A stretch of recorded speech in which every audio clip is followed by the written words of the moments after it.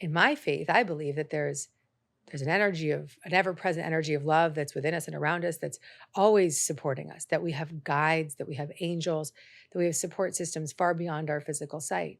And for you, it could be that you just believe that there's a voice of intuition that's inside of you. And even if you just wake up in the morning and say, "Thank you, inner guide, for showing me the next right action," what you're doing is you're taking away that belief that your will is the way, and you're opening up your creative mind, your creative capacity, your true love nature to be your guide. Gabrielle Bernstein, a role model for spiritual seekers. And so my publishers came to me and they said, "Oh, well, we're missing a lot of your spiritual truth in this book." And I said, "Okay, I'm going to go back into this 60,000 word manuscript and review." And I went back into the manuscript and I started really sprinkling all the truth, all of the through line of my healing journey back into that storyline, back into that guidebook, into the stories that I shared. And I realized it wasn't that much that I had to add, but it was the most valuable and most truthful part of the book, which is that spirit is in all of it.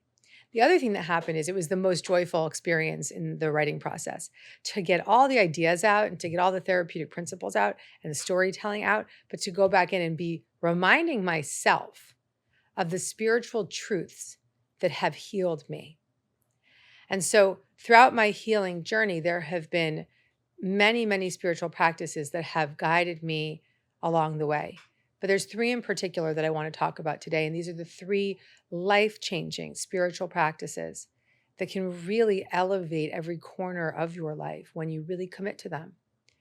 And even if you feel like someone isn't on a spiritual path yet, just call it a path of personal growth and development.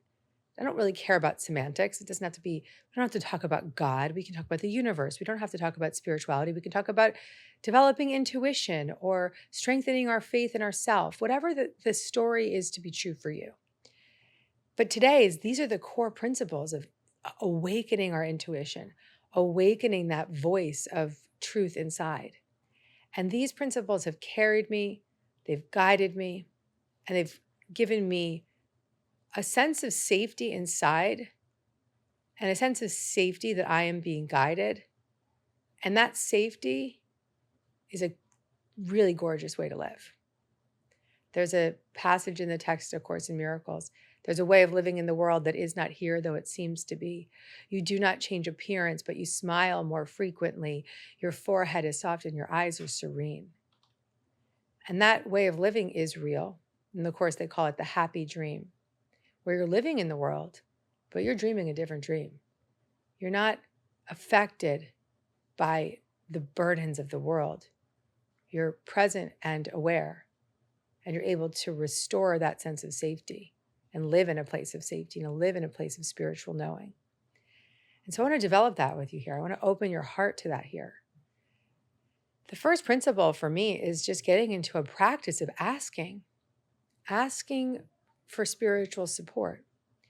And for me, early on in my sober days, I was introduced to the idea of talking to God, or a God of my own understanding. And in this case, talk to your higher self, or to the universe, or to God, or Buddha, or whoever you believe in. It doesn't matter. Whatever you believe in, energy, love. But to get into a daily practice of looking at the things in my day that might be concerning me and giving them over with a request. So saying something like, "Thank you, God, for helping me stay clean and sober today." And these kinds of prayers are how I begin my day. Every day. Today I woke up and I said, "Thank you for strengthening my voice." So I'm, as I shared a little bit on the show at times, I've, talk a lot too much. Vocal cords are strained. Thank you for giving me voice. Thank you for relaxing my voice. Thank you for helping me heal so that I can be heard. And just really opening a prayer, which is really a request to the universe or to a higher power of your own understanding, using that prayer in a way where you're affirming that it's already done by starting the prayer with the words, "Thank you. Thank you for revealing to me the next right action. Thank you for opening my heart more. Thank you for helping me find the healers and doctors I need to support me through my healing journey. Thank you, thank you, thank you." And in my faith, I believe that there's There's an ever-present energy of love that's within us and around us that's always supporting us, that we have guides, that we have angels, that we have support systems far beyond our physical sight. And for you, it could be that you just believe that there's a voice of intuition that's inside of you. And even if you just wake up in the morning and say, thank you, inner guide, for showing me the next right action. What you're doing is you're taking away that belief that your will is the way, and you're opening up your creative mind, your creative capacity, your true love nature to be your guide. For the next 30 days, you can open with a prayer. Thank you, universe, for revealing to me what I need to know today.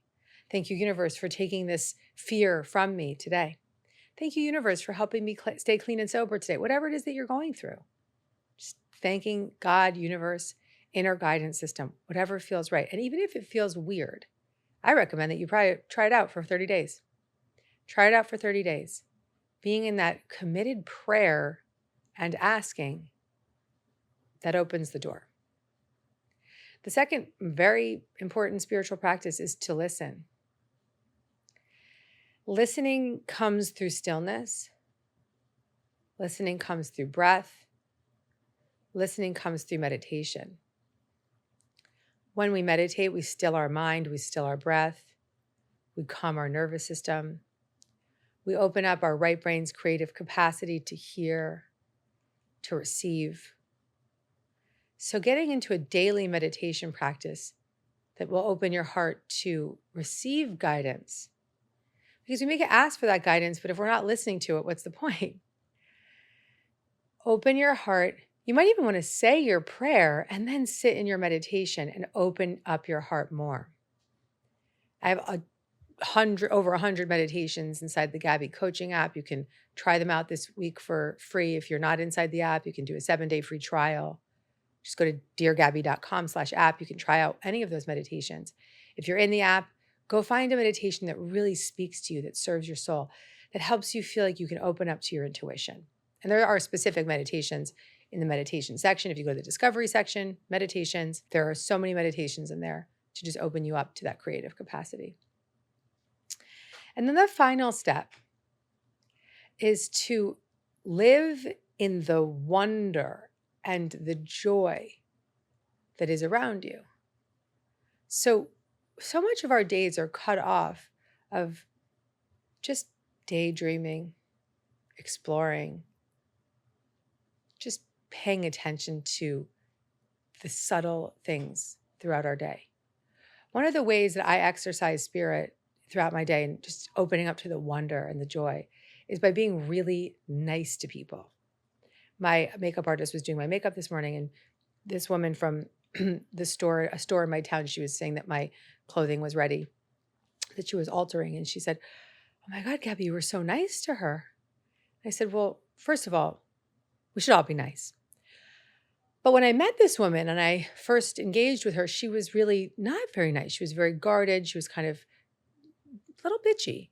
And instead of giving it back to her, I was really developed a rapport of kindness.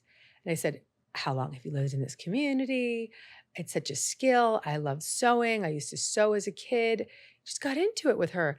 And by the end of our 10 minutes of her altering my pants, or getting the width and the size, we were best friends. And so when she called me today to say your pants are ready, I said, "Oh, it's so nice to hear your voice. I'm so happy to hear you." And I mean that because I love people. Are there moments when I'm pissed off and want to just look at my cat? Yes. Sometimes I look at my cat and I say, "You're the only person I like." But in general, in my heart, I love people. So my way of exercising that wonder and that joy is just celebrating the connection between people. I was in the bathroom just now and there was a lovely woman. She was washing her dishes and I looked at her and I said, "Hi, good morning." And she looked up and she smiled and she said, "Hi." And it was just such a breath of fresh air for her to experience someone taking her in. So do these things where you just are experiencing connection, or take a moment to look longer at that sunset, or take your shoes off and walk in the grass, or spend a little bit more time in those moments between your action to the next action. What happens in between? And how can you be in the spirit and the energy that's around you? That's how we exercise our spiritual practice. That's how we open up our intuition, by being present in the moments in whatever way comes for you. Maybe cooking, kindness, writing, or just sitting on your ass and just looking out the window. Let those moments add up, make them part of your day, and watch your spiritual practice develop and unfold. Ask, listen, be. These are the most foundational spiritual practices. They're the practices that have been the through line throughout my life, and they've given me everything I have today. So I want to hear from some of you guys. I want to hear about what this means to you and how you can develop this more in your own life. Let's let our guest in now. I don't know if you heard this before, but it's pronounced Sable. I know it's a very strange spelling. And Sable? Yes. Beautiful. Thank you. Nice to meet you, gorgeous. How you doing? I'm doing pretty good. Should I ask my question? Yeah. How does this topic relate to you? The past month and a half, I've experienced a lot of very large life changes in very quick succession. It started with a car accident, and thankfully I was okay. But my dog did not make it. Oh, no. I'm sorry. That's so hard. Thank you. And then after that, I had to get a new car and got a new house, and I started a new job, and I went to my first music festival with friends, and this all happened in like just a month. So a lot of mixed, I guess, experiences. And my question, I guess, is just how to I guess surrender is the biggest reason. I know that I'm experiencing overwhelm, and I don't know how to avoid it. But at the same time, I don't regret any of those experiences. I'm overwhelmed, and I know I'm going into toxic behaviors to cope. Yeah. Well, you experienced a trauma, a big one. One of the most common traumas is kind of a car accident. Did you have any therapeutic support following the accident? I have, yeah. I already had a therapist. So much was happening though. Therapy was mostly just going in and making sure I was breathing. Right. Yeah. When a deer, falls or gets hit, or it will lie down like it's dead, and then it will shake it out, right? Or an animal. You see the animals kind of shake it out and fly off. Like I saw a bird once fly into my window, fell to the ground. I watched over it for 5 minutes thinking it was dead. And then after 5 minutes, it shook out and moved on. But we as humans don't shake it out. We keep it in. We just get on and get on.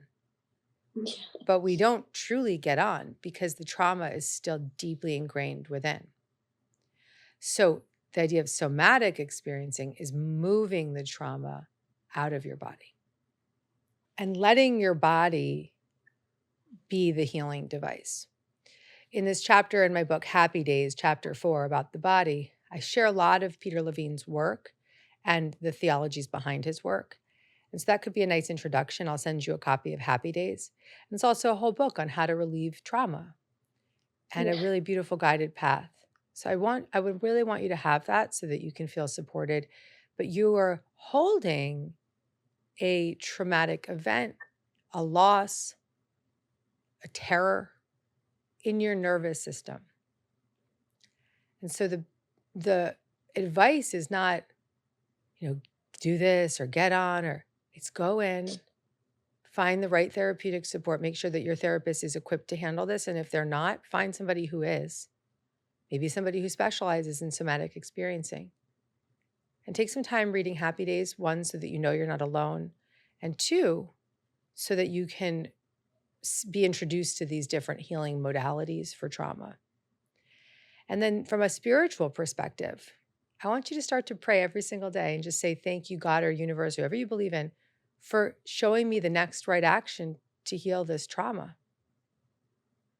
Or you can change it if it feels better. But you said that you're seeing the patterns and you're seeing the fears. And when we have trauma, It's an energetic disturbance.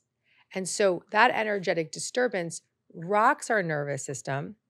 It's a energy that's stuck in our physical somatic experience.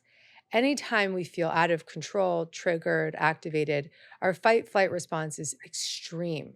We could be as extreme as like fight flight or play dead, like numb out, just check out. And the reaction and response to trauma, which is so extreme, and I've lived with PTSD myself, so I understand, it's so extreme that we do so much to compensate for it. In some cases, it's like we become, managing everything so we can stay in control, or we start going to the firefighter parts of us that want to put out the fire, get drunk, get high, numb out, dissociate.